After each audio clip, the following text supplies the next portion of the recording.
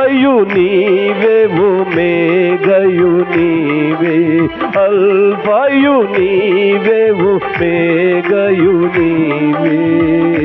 ప్రభు యేసు రక్షక నొసగు కన్నులు నాకు నిరతాను. ప్రభు యేసు రక్షక నొసగు కన్నులు నాకు నిరతమునే నిన్ను చూడా. Praise the lord. లోకము వైపుకు చూడకుండా తాను అనుభవించటానికి ఎన్నో ఉన్నా,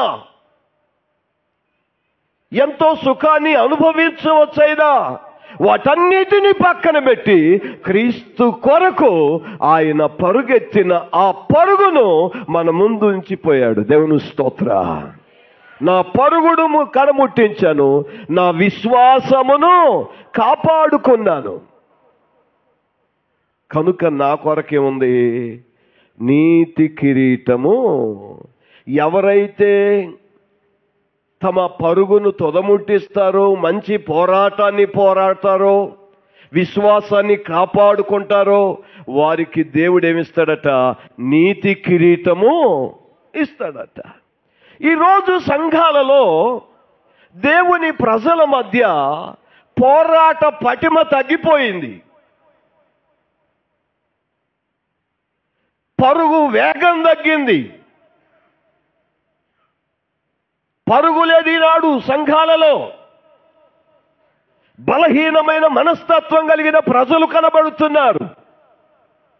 భక్తులను మాదిరి పెట్టుకొని వారి మాదిరిని అనుసరించి వారి అడుగు జాడలను వెంబడించవలసిన వారు ఆ అడుగు జాడలను గుర్తించటం లేదు. పడిపోయిన వారిని, బలహీనమైన వారిని, వెనక్కు వెళ్ళిపోయిన వారిని, పాపములో పడిపోయిన వారిని, శాపములో కూరుకొని పోయిన వారిని, లోకస్తులుగా మారిపోయిన వారిని, బలహీనమైన మనస్సాక్షి కలిగిన వారిని మాదిరిగా పెట్టుకుంటున్నారు. కానీ భక్తులను మాదిరిగా పెట్టుకోవటం లేదు. విశ్వాస వీరులను మాదిరిగా పెట్టుకోవటం లేదు. సాక్ష్యము కలిగిన వారిని మాదిరిగా పెట్టుకోవటం లేదు. దైవ కృపను పొందుకొని దేవుని ఉన్నతమైన బహుమానం కొరకు అలసిపోయిన, ఓ ప్రాణమున్నంత వరకు పోరాడిన వారిని వారు మాదిరిగా పెట్టుకోవటం లేదు. కానీ దేవుని సంఘమా, దేవుని ప్రజలరా, మీ దైవజనుడు ఒక మంచి విశ్వాస వీరుడు. దేవుని స్తోత్ర. హల్లెలూయా, హల్లెలూయా. ఒక మంచి ప్రార్థనా పరుడు, ఒక మంచి దైవికమైన వరాన్ని కలిగిన వాడు. ఆయన మంచి స్వస్థత వరం కలిగిన దైవజనుడు. ఘనమైన దేవుని కృపను పొందుకొని బలముగా దేవుని కొరకు రోషము కలిగి వాడబడే ఒక మంచి దైవజనుడు.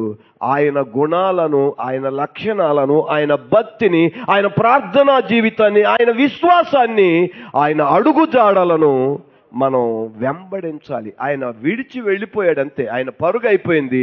ఆయన తన ఇంటికి వెళ్ళిపోయాడు. ఆ అడుగు జాడలు ఉన్నాయి మనకి, దానిని మనం అనుసరించాలి. పడిపోయిన వారిని మాదిరిగా పెట్టుకోకూడదు. బలహీనమైన వారిని మాదిరిగా పెట్టుకోకూడదు. విశ్వాసము లేని వారిని మాదిరిగా పెట్టుకోకూడదు.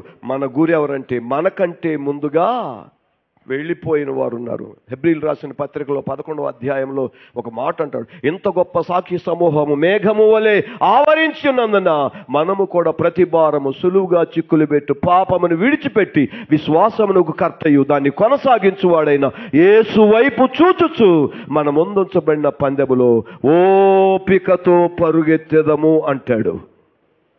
విశ్వాసమునకు కర్తైన యేసు వైపుకు చూచుచు. ఇంత గొప్ప సాక్షి సమూహము మేఘము వలె. ఎవరు వారు? విశ్వాస వీరులు, ప్రార్థనా పరులు, దేవుని కొరకు చంపబడిన వారు, నలగొట్టబడిన వారు, వస్త్రహీనులై, దిగంబరులై, గొర్రె చర్మములు కప్పుకొని సొరంగములలో గుహలలో దాక్కొని దేవుని కొరకు రోషముగా పనిచేసిన వారందరూ మనకు మాదిరిగా ఉన్నారు. ఇంత గొప్ప సాక్షి సమూహము మేఘము వలె మనల్ని ఆవరించి ఉన్నందున మనము ప్రతి భారము సులువుగా చిక్కులు పెట్టు పాపమును విడిచిపెట్టి విశ్వాసమును కర్తైన యేసు వైపుకు చూస్తూ మన ముందుంచబడిన పందెములో ఓపికతో పరుగెత్తాలి. ఆయన మేఘారుడై రాబోతుండగా దేవుని సంఘము ఓపిక కలిగి విశ్వాసంతో మన ముందు వెళ్ళిపోయిన ఆ సంఘము, సాక్షి సంఘం ఉంది కదా, వారందరినీ మాదిరిగా పెట్టుకొని, వారి సాక్ష్యాలు మాదిరిగా పెట్టుకొని, వారి జీవితాలు మాదిరిగా పెట్టుకొని, వారి భక్తిని మాదిరిగా పెట్టుకొని మనం బ్రతికితే మనం కూడా ఆ సాక్షి సమూహంలో ఒక్కరగా మిగిలిపోతాం. దేవుని స్తోత్ర. హల్లెలూయా, హల్లెలూయా. ఒకసారి ఒక రాజు గారు, ఆయనకు ఒక అలవాటు ఉందట. ప్రతి నెల ఆ దేశాన్ని సంచారం చేస్తూ ఎవరైతే ఆయన ఎక్కడికైతే వెళ్ళాలనుకుంటాడో అక్కడికి వెళ్ళి ఆ రాత్రి అక్కడ బస చేసి ఆ రాత్రి అక్కడ ఉండి వారిచ్చిన ఆతిథ్యాన్ని తీసుకొని వెళ్తూ ఉండేవాడట. ఒకరోజు రాజుగారికి ఒక ఆలోచన వచ్చిందంట. ఏంటంటే ఆలోచన, ఆ ఊరిలోనే కడు పేదవాడైనా కనీసం ఇంటి పైకప్పు కూడా సరిగా లేని ఒక పేదవాని ఇంట్లో ఉండాలని ఆయన ఆలోచన చేసి, రేపు నెలలో రాజుగారు మీ ఇంటికి వస్తున్నారు అంటే, అయ్యా రాజుగారు వచ్చుటకు నా ఇల్లు యోగ్యమైంది కాదు, సరైన ఇల్లు లేదు, కనీసం ఒక కుర్చీ కూడా నేను వేయలేను, కనీసం రాజుకు సరైన ఆహారం కూడా నేను పెట్టలేను, మరి రాజుగారు నా ఇంట్లో, నా రాజుగారికి నేను సంతృప్తి పరచలేను అంటే, నువ్వేం పర్వాలేదు, నీకేది ఉంటే అదే పెట్టు అన్నారట రాజా పరివారం అంతా వచ్చి. అప్పుడు పేదవాడైనా ఇంటికి వచ్చే రాజు గనుడు గనుక ఆ రాజుని ఎలాగైనా సంతోషపరచాలని వచ్చిన రాజ సేవకులు అడిగాడట, అయ్యా రాజుగారికి ఏమంటే ఇష్టం, కనీసం ఆయన తినే ఆహారంలో కొంతైనా నేను ఎక్కడొక్కడ కష్టపడి తీసుకొచ్చి ఆయనకు పెడతానంటే, రాజుగారికి జీడిపప్పు అంటే బాగా ఇష్టం అన్నాడట. ఏమన్నారంట? జీడిపప్పు అంటే బాగా ఇష్టం అన్నాడట. ఈ బాగా కష్టపడే తత్వం కలిగిన వాడు, పేదవాడైనా మంచివాడు కనుక తోటకు వెళ్ళి ఎక్కడో బ్రతిమలాడుకొని కొన్ని జీడి పిక్కలను తీసుకొని వచ్చి వాటన్నిటిని బాగా కాల్చాడట. బాగా కాల్చి బంగారు కలర్ వచ్చేంతవరకు కాల్చాడట. జీడిపప్పుని, ఆ పిక్కలన్నిటినీ బంగారు కలర్ వచ్చేంతవరకు కాల్చాడట. రాజుగారు రేపు వస్తున్నారు, రెడీ చేస్తున్నాడు. ఆతృత. రాజుగారు వచ్చి ఏమంటాడో, నేను ఇచ్చిన ఆతిథ్యాన్ని తీసుకుంటాడో తీసుకోడో అని. కానీ వీడు చేయవలసిందంతా చేశాడు. కానీ ఆ జీడిపప్పు అంతా శుభ్రంగా తయారు చేసి తనకున్న ప్లేట్లో తీసుకుపెట్టి రాజుగారు వచ్చారు. ఆ కుటుంబంతో మాట్లాడుతున్నాడు రాజుగారు. చక్కగా మాట్లాడుతున్నారు, యోగక్షేమాలు తెలుసుకుంటున్నారు. వాడితో మాట్లాడుతూ వాడిచ్చిన ఆ జీడిపప్పును తింటూ మాట్లాడుతున్నాడు. మాటలో రాజుగారు జీడిపప్పు అంతా తినేశాడు. కానీ ఆఖరికి ఒక జీడిపప్పు మాత్రం మిగిలిపోయిందట. రాజుగారు వెళ్ళిపోయిన తర్వాత వీడికి అసంతృప్తి. అయ్యో నేను పెట్టిందంతా రాజుగారు తినలేదు, ఒక పిక్కను మాత్రం వదిలిపెట్టి వెళ్ళాడు, రాజుగారికి ఇది నచ్చలేదేమో అనుకుంటున్నాడట. ఆ ప్లేటును పరిశీలన చేసి చూస్తే బంగారు కలర్ ఉన్న జీడిపప్పు అంతా తినేశాడు. ఆడు కాల్చేటప్పుడు మరి ఎలాగా మాడిపోయిందో నల్లగా ఉన్న ఆ జీడిపప్పును మాత్రం అక్కడ వదిలిపెట్టాడట.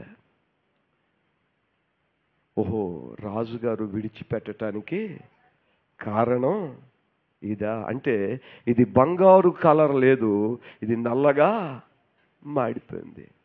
దేవుని సంఘమా, దేవుని ప్రజలారా, ఎక్కడైతే బలహీనత ఉంటుందో, ఎక్కడైతే దేవునికి ఇష్టమైనది ఉండదో, దేవుడు వాటిని విడిచిపెట్టి వెళ్తాడు. ఇష్టమైన వాటిని ఆయన స్వీకరిస్తాడు. దేవుని స్తోత్ర. ఇందాక దైవజనులు చెప్పారు, తనకిష్టమైన పూనంటిని ఏం చేస్తున్నారు, తీసుకొని వెళ్ళిపోతాడు. తనకిష్టమైనదే తీసుకుంటాడు ఆయన. Praise the lord. హల్లెలూయా.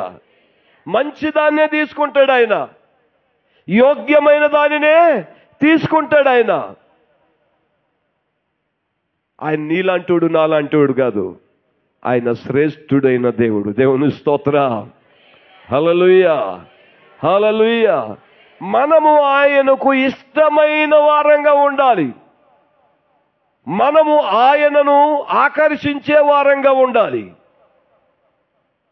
తన హృదయానికి సమీపంగా మనం ఉన్నట్లయితే దేవుని చేత మనము అంగీకరించబడతామని దేవుని వాక్యము సెలవిస్తా ఉంది. దేవుని స్తోత్ర. హల్లెలూయా. ఈరోజు నీ పరుగు ఎలాగుంది?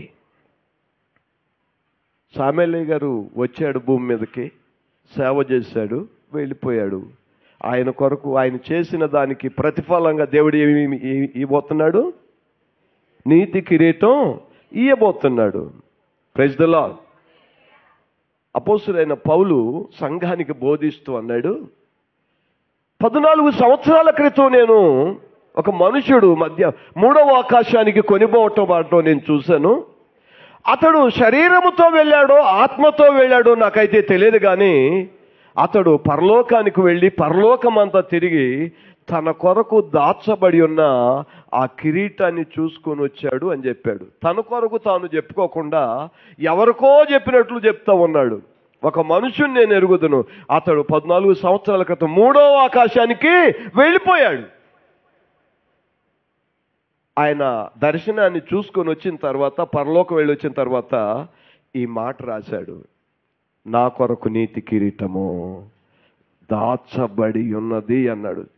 దాచబడి ఉందని ఎవరు చెప్పగలుగుతారు? చూసినోడే చెప్పగలుగుతాడు. Praise the lord. చూడనోడు నా కొరకు దాచబడి ఉందని చెప్పలేడు. పౌలు చూసొచ్చాడు కనుకనే నా కొరకు, నేను పడిన శ్రమకు, నేను పడిన కష్టానికి, నేను పడిన అవమానాలకు, నేను అనుభవించిన కరువుకు, నేను నిందించబడిన నిందలకు ప్రతిగా దేవుడు నాకు ఏమి ఇవ్వబోతున్నాడు? ఈ లోకములో కొంత శ్రమ అనుభవించా, అయినా రేపు నిత్య రాజ్యంలో నా కొరకు ఏముందంటే బహుమానం ఉన్నది. దేవుని స్తోత్ర. హల్లెలూయా. బహుమానం ఉన్నది. ఎవరు మర్చిపోకూడదు. అక్కడ నీ కొరకు నివాసములు కట్టబడుతున్నాయి. దేవుని స్తోత్ర. ఇదిగో నేను నివాసములు కట్టడానికి వెళుతున్నాను, చూడటానికి వెళుతున్నాను. అవి మరలా నేను వచ్చి మీకు ఆ విషయాన్ని చెప్పేదను అన్నాడు. ప్రతి ఒక్కరికి పరలోకంలో నివాసం ఉంది. దేవుని స్తోత్ర. మంచి పోరాటం పోరాడిన వారికే, విశ్వాసములో ఉన్న వారికే, విశ్వాసాన్ని కొనసాగించిన వారికే, తుదమట్టుకు పరుగును కడముట్టించిన వారికి ఆ బహుమానం ఉంటుంది. కానీ మధ్యలో వెనక్కి వెళ్ళిపోయిన వారికి, పాడైపోయిన వారికి, బలహీనమైన వారికి, పరుగు ఆపు చేసిన వారికి ఆ బహుమానము దొరకదు. దేవుని స్తోత్ర. ఆ బహుమానం నీకు కావాలా? భక్తుల మాదిరిని, భక్తుల యొక్క అడుగు జాడలను నువ్వు ముందు పెట్టుకొని అనుసరించి ఆ అడుగు జాడలలో నీవు నడిచినట్లయితే దేవుడు నీకు బహుమానం ఇస్తాడు. దేవుని స్తోత్ర. నాకై నా యేసు కట్టెను సుందరము బంగారిల్లు, నాకై నా యేసు కట్టెను సుందరము బంగారిల్లు, కన్నీరును కలతలు లేవు, యుగ యుగముల పరమానందం. కన్నీరును కలతలు లేవు, యుగ యుగముల పరమానందం. నాకై నా యేసు కట్టెను సుందరము బంగారిల్లు, మనకై మన యేసు కట్టెను సుందరము బంగారిల్లు. కన్నీరును కలతలు లేవు, యుగ యుగముల పరమానందం. కన్నీరును కలతలు లేవు, యుగ యుగముల పరమానందం. సూర్య చంద్రులుండారు,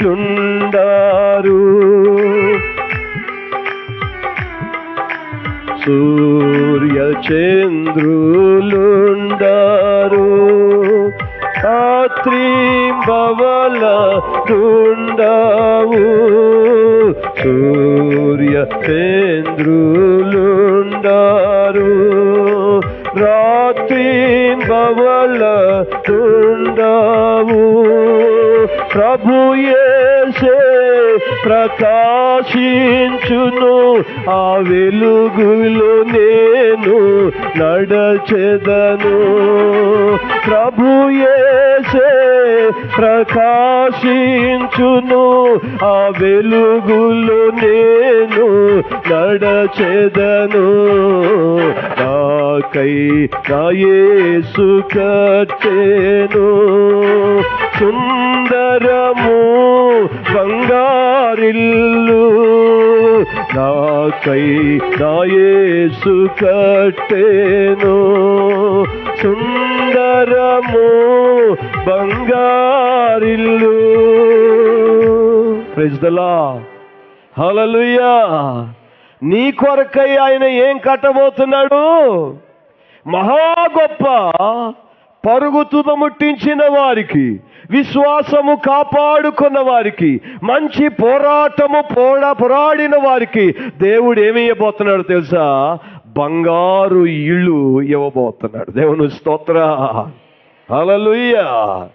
ఇక్కడ నీకు ఇల్లు లేకపోవచ్చేమో, రేపు అక్కడ నీకు బంగారు ఇల్లు ఇవ్వబోతున్నాడు. దేవుని స్తోత్ర, హల్లెలూయా. ఆ శుద్ధ సువర్ణ వీధులట, 12 పునాదులతో వేయబడిన ఓ సుందరమైన బంగారింటిలో నీవు ఉండాలి అంటే ఇక్కడ నువ్వు నమ్మకంగా దేవుని సంఘములో ఉండాలి. Praise the lord. దేవుని సంఘములో, దేవుని సహవాసములో, ఆత్మీయ బోధలో దేవుని కొరకు నువ్వు బ్రతికితే దేవుడు నీకేమిస్తాడు తెలుసా? శ్రేష్టమైన స్వాస్థ్యము నీ కొరకు భద్రము చేయబడి ఉన్నది. అక్కడ అంటాడు, చాలా అద్భుతమైన మాట అంటాడు. ఏమన్నా తెలుసా? ఇక మీదట నాకు నీతి కిరీటం ఉంచబడి ఉన్నది, ఆ దినమందు నీతి కలిగిన న్యాయాధిపతి అయిన ప్రభువు అది నాకు మాత్రమే గాక, అది నాకు మాత్రమే కాకుండా తన ప్రత్యక్షతను అపేక్షించు వారందరికీ అనుగ్రహించును అంటాడు. తన కొరకు సేవకులకి కాదు, ఆత్మ సంబంధమైన పోరాడిన విశ్వాసులందరికీ కూడా దేవుడట వాటిని ఇయ్యబోతున్నాడు. దేవుని స్తోత్ర. ఇంతకంటే నీకేం కావాలి? నాకు పరలోకంలో నివాసం కావాలన్నోళ్ళంతా దేవునికి స్తోత్రం చెప్పండి, స్తోత్రం చెప్పండి. హల్లెలూయా, హల్లెలూయా. ఇక్కడ సంపాదించుకుంటాం, కానీ మన అమెరికాలో జరిగిన ఒక భయంకరమైన కారు తెచ్చింది తెలుసా?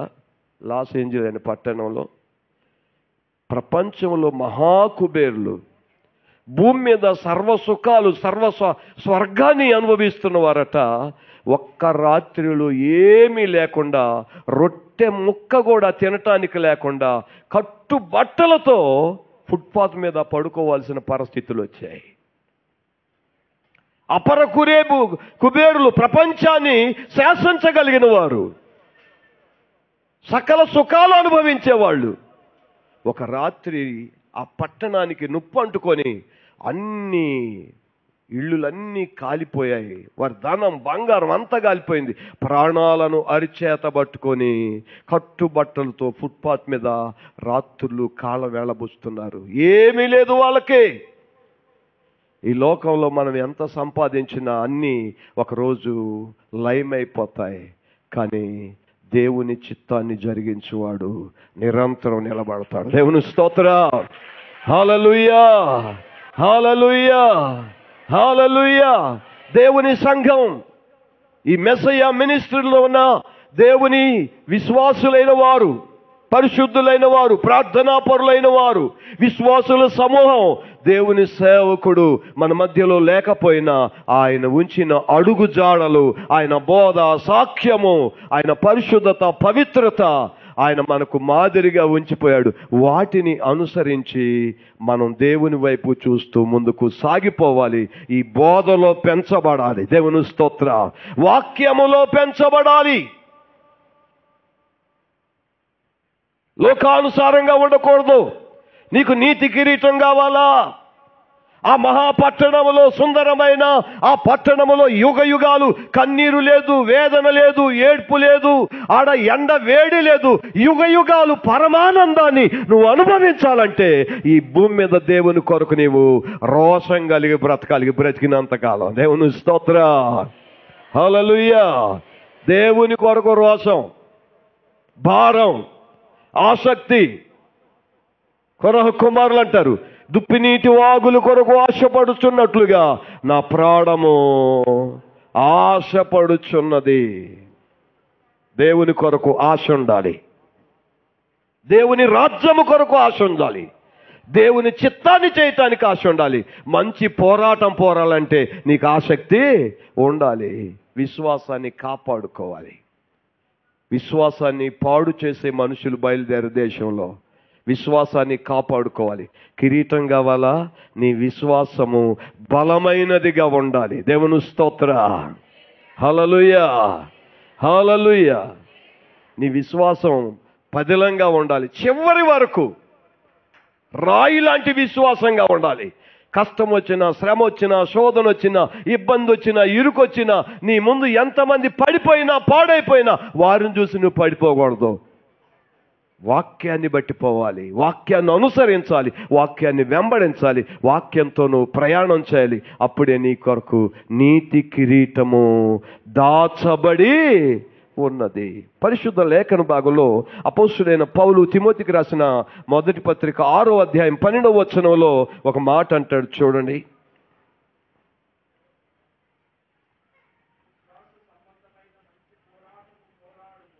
విశ్వాస సంబంధమైన మంచి పోరాడము, నిత్య జీవము చేపట్టుము, దానిని పొందుటకు నీవు పిలువబడి అనేక సాక్షుల ఎదుట మంచి ఒప్పుకొంటివి. Praise the lord. హల్లెలూయా. విశ్వాస సంబంధమైన మంచి పోరాడము. దానికోసం నువ్వు ఒక ఒప్పుకున్నావు, ఒక ప్రమాణం చేశావు. చివరి వరకు బాప్తిసం పొందేటప్పుడు మీరందరూ ఒక ప్రమాణం చేస్తారు. ఆ ప్రమాణం ఎంతవరకు ఉండాలంటే చివరి దాకా ఉండాలి. దేవుని స్తోత్ర.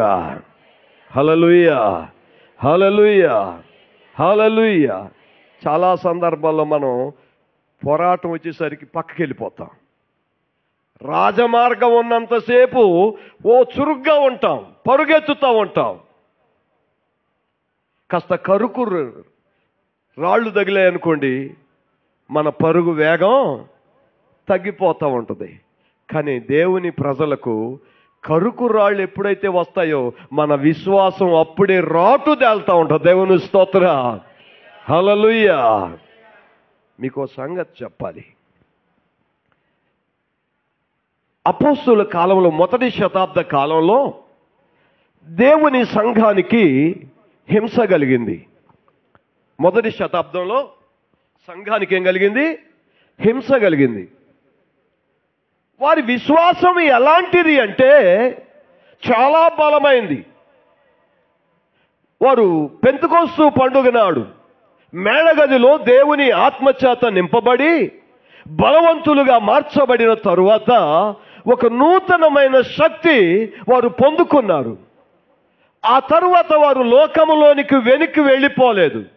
ఆత్మచేత నడిపింపబడుతున్నారు. దేవుని కొరకు మండుతూ ప్రకాశిస్తున్నారు.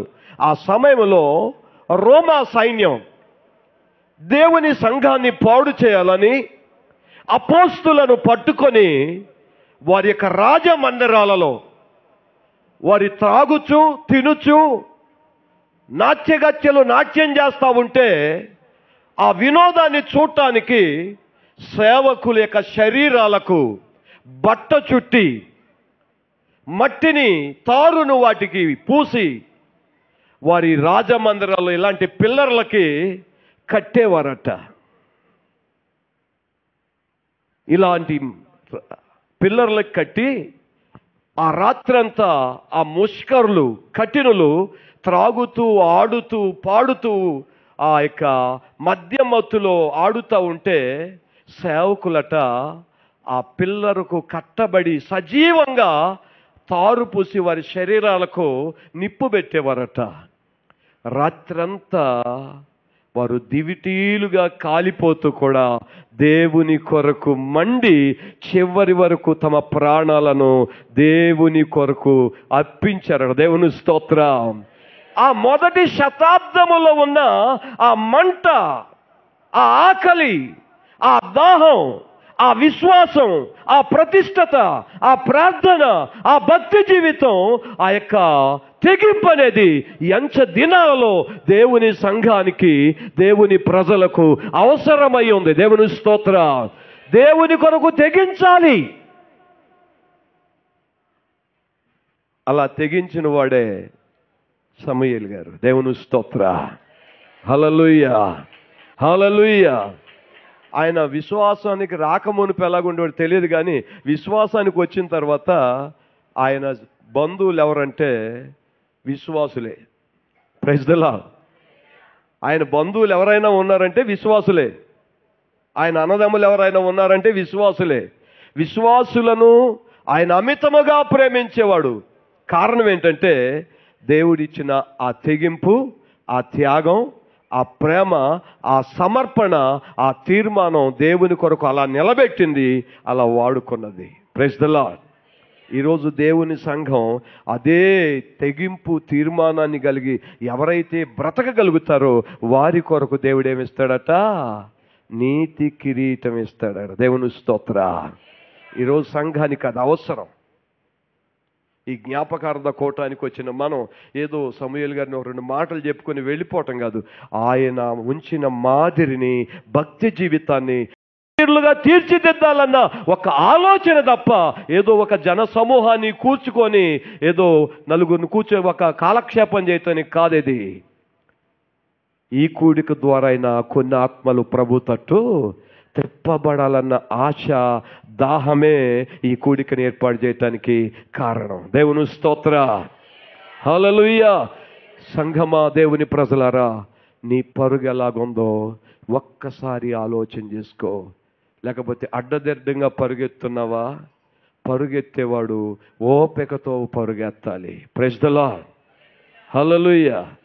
ఓపికతో పరుగెత్తాలి, విశ్వాసముతో పరుగెత్తాలి, గురి చూచి పరుగెత్తాలి, గురి యొద్దకు పరుగెత్తాలి, చివరి వరకు పరుగెత్తాలి. మీకు సంగతి తెలుసా? పందెపు రంగంలో పరుగెత్తేవాడికి వాడు ఈ లైన్లోనే పరుగెత్తాలని ఉంటుంది. వాడికి ఇచ్చిన ఆ ట్రాక్లోనే పరుగెత్తాలి. అడ్డదిడ్డంగా పరుగెత్తితే బహుమానం రాదు. మొన్న ఈ మధ్య ఒలింపిక్లో ఒకడు పరుగెత్తాడు. అందరికంటే ముందే వెళ్ళాలనేసి అందరికి అడ్డొస్తూ వాడికి ఇచ్చిన ట్రాక్లో కాకుండా ఇంకొక ట్రాక్లోకి వెళ్ళిపోయాడు. ముందుగా వెళ్ళిపోయాడు కానీ వారికి బహుమానం బంగారు పథకం రాలా, డిస్క్వాలిఫైడ్ అయ్యాడు. కారణం ఏంటంటే వాడికి ఇచ్చిన ట్రాక్లో కాకుండా ఇష్టానుసారంగా వెళ్ళిపోయాడు. ఇష్టానుసారంగా వెళ్ళిపోతే బహుమానం రాదు. క్రమంగా పరిగెత్తాలి, విశ్వాసంతో పరిగెత్తాలి, చివరి వరకు పరిగెత్తాలి, అలయకుండా పరిగెత్తాలి, నమ్మకంగా పరిగెత్తాలి, ఓపికతో పరిగెత్తాలి, బహుమానం పొందునంతగా పరిగెత్తాలి. అదే ఈ కూడిక యొక్క ఉద్దేశం. చివరిగా నేను ఒక మాట చెప్తున్నాను. ఈ కూడికి వచ్చిన మీ అందరూ దేవుని యొక్క వాక్య ప్రకారం అపోస్తుల బోధలోను, విశ్వాసంలోను, రొట్టె విరుచుట యందు, ప్రార్థన చేయుట యందు ఎడతెక్క ఉండాలి. సహవాసంలో ఉండాలి. మీరు దేవుడు మనకిచ్చిన సహవాసం. మెస్సయ మినిస్ట్రీస్లో ఉన్నారా? మెస్సయ మినిస్ట్రీలో ఆ సేవకులకు నమ్మకస్తులుగా ఉండండి. దేవుని కొరకు సాక్షులుగా ఉండండి. సంఘ సహవాసం కొరకు, అభివృద్ధి కొరకు అహర్నిశలు ప్రార్థించువారుగా ఉండాలి. బలవంతులుగా ఉండాలి. సేవకుని మాటకు లోబడి సేవకులకు భుజాలుగా ఉండాలి. దేవుని స్తోత్ర. ఆఖరికి ఒక మాట చెప్తున్నాను. సేవకుడు మీ కొరకు ప్రార్థన చేసేవాడు.